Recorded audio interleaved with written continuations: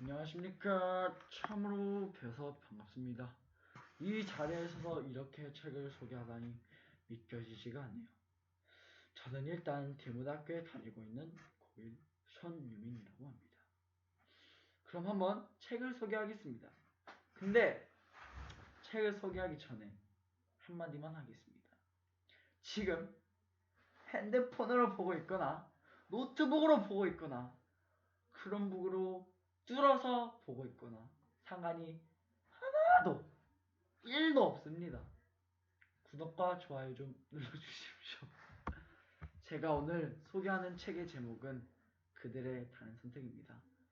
이 책을 알게 된 이유와 읽게 된 동기는 제가 사실 역사를 좋아하는데 특히 일제강점기 시대를 배우고 싶어하고 좋아해서 일제강점기 시대에 관한 책을 읽고 싶어 검색하다가 이 책을 알게 되었습니다. 또한 제가 모르는 독립운동가들에 대해서 더 알고 싶었고 친일파들은 무슨 생각으로 친일을 선택했을까라는 궁금증도 들어서 이 책을 읽게 되었습니다. 그럼 이 책을 쓴 저자가 누구이고 이 저자의 이력에 대해서 알려드리겠습니다. 이 책의 저자는 선안나라는 분이시고 울산시 울주군에서 태어났으며 1991년 동아일보 신춘문예에 당선되어 동화 작가가 되었습니다. 온양이 삼거리 전방, 잠들지 못하는 뼈 등 수십 건의 그림책과 동화책을 썼습니다.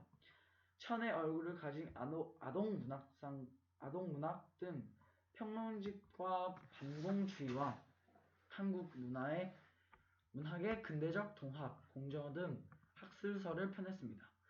한국 어린이 도서상, 태종 아동문학상, 한국 아동문학상, 열린 아동문학상 등을 받았고 현재 서울교육대학에서 강의하며 집필 활동에 힘을 쏟고 있습니다. 자, 그러면 본격적으로 책에 대해서 소개해드리겠습니다. 이 책의 시대적은 바로 일제강점기입니다. 정말 슬프죠. 일제강점기는 한반도가 일본 제국의 통치하에 있었던 기간을 가리키고 일제강점기 한국사에서 한국의 근현대사를 시대별로 나누었을 때 약 35년간 이어집니다.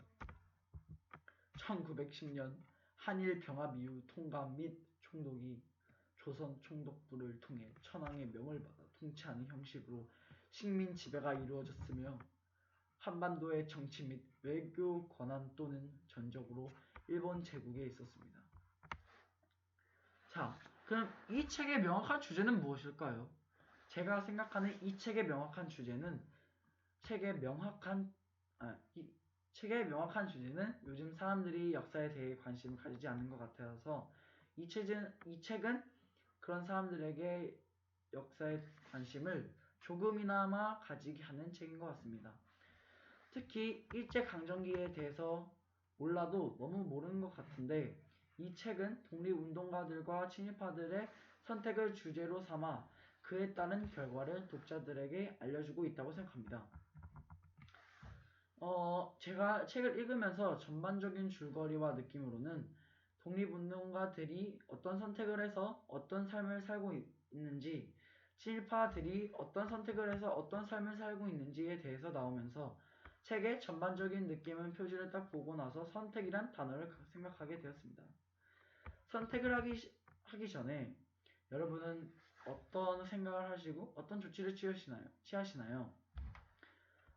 선택을 하기 전에 신중하게 선택할 것이고 독립운동가들과 친일파들이 어떤 선택을 하는지 궁금해진 것 같습니다. 암울한 현실 속에서 사람들이 어떤 선택을 했는지 서술하고 있고 우리나라를 위해 헌신하셨던 독립운동가들의 현실적인 이야기를 담고 있습니다. 책의 구성은 매우 간단합니다.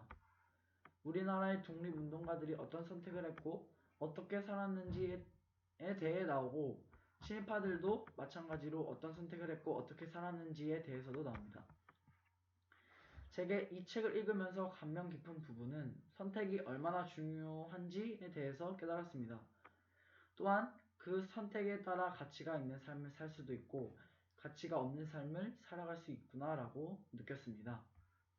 이 책에서 페이지 136쪽에 이육사라는 독립운동가를 했던 시인이 나오는데 이육사 시인은 청포도라는 시를 썼습니다.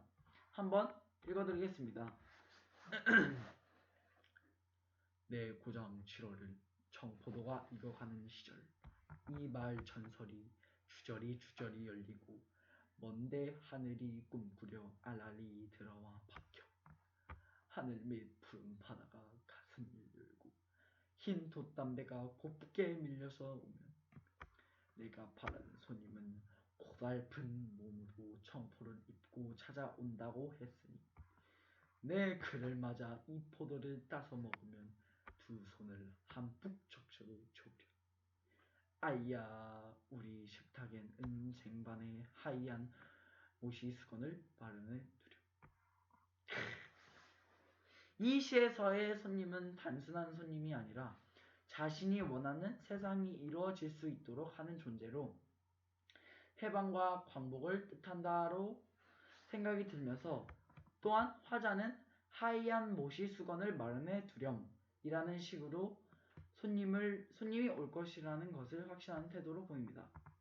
이것은 우리나라가 독립을 할 수 있는 것이라는 소망을 가지고 쓴 것 같습니다.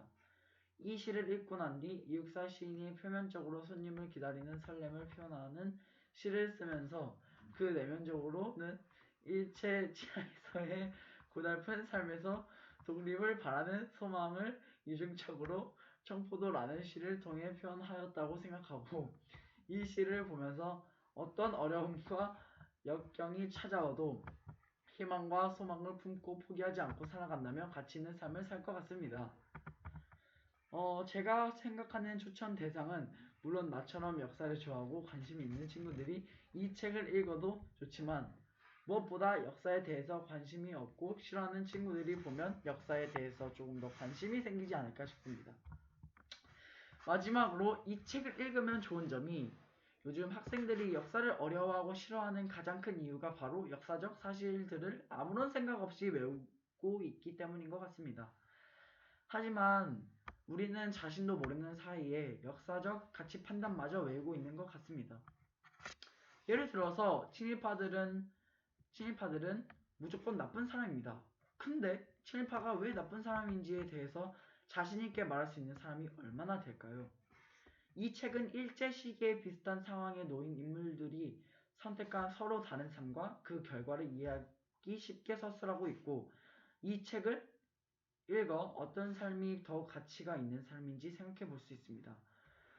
그럼 이 책을 읽고 어떻게 가치 있는 삶을 살았는지 아니면 어떻게 가치 없는 삶을 살았는지 보시러 가는 것도 나쁘지 않을 것 같습니다. 그럼 지금까지 감사했습니다. 그리고 마지막으로 구독과 좋아요 딱 한 번씩만 눌러주시면 정말 감사하겠습니다.